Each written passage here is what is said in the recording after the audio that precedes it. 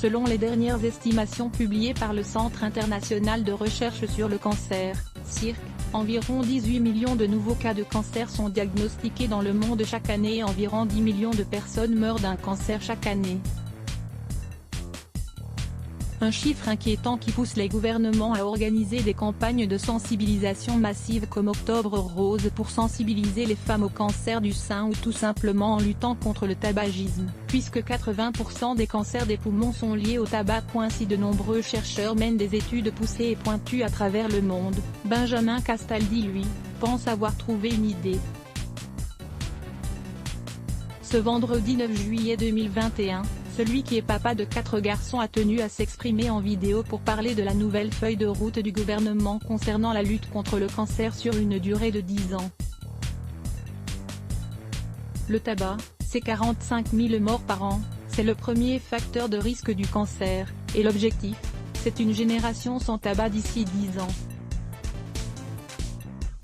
Alors on y parle de plein de choses, du prix du paquet, de prévention, d'encourager l'activité physique, d'améliorer la qualité de vie.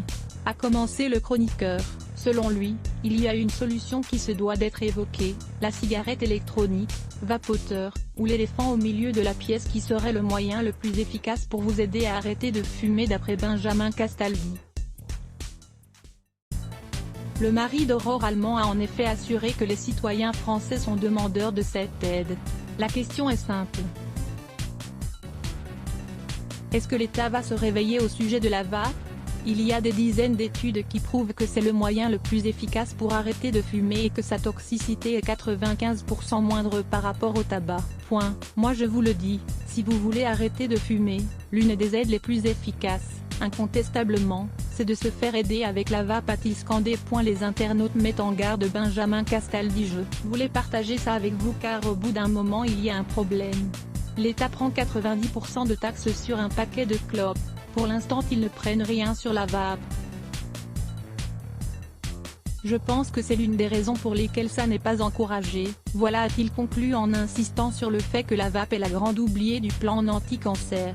Ces propos ont vivement fait réagir les internautes qui ont prié Benjamin Castaldi de ne pas trop s'emballer au sujet de la cigarette électronique. Attention à la contre-information. Dire que la vape permet de lutter contre le cancer est à la fois faux et dangereux. La seule certitude pour réduire les risques de cancer c'est d'arrêter de fumer. À titre personnel je trouve ça contre-productif. Il faut être responsable et ne pas affirmer de telles choses. Il est chroniqueur, pas médecin, qu'est-ce qu'on est prêt à dire comme connerie pour de l'argent? Arrêtez de faire la promotion de la vape. C'est dangereux pour la santé, comme j'aime la vape. Peut-on lire parmi les réactions? Aliénor de la Fontaine et à lire aussi @blogtest. Why?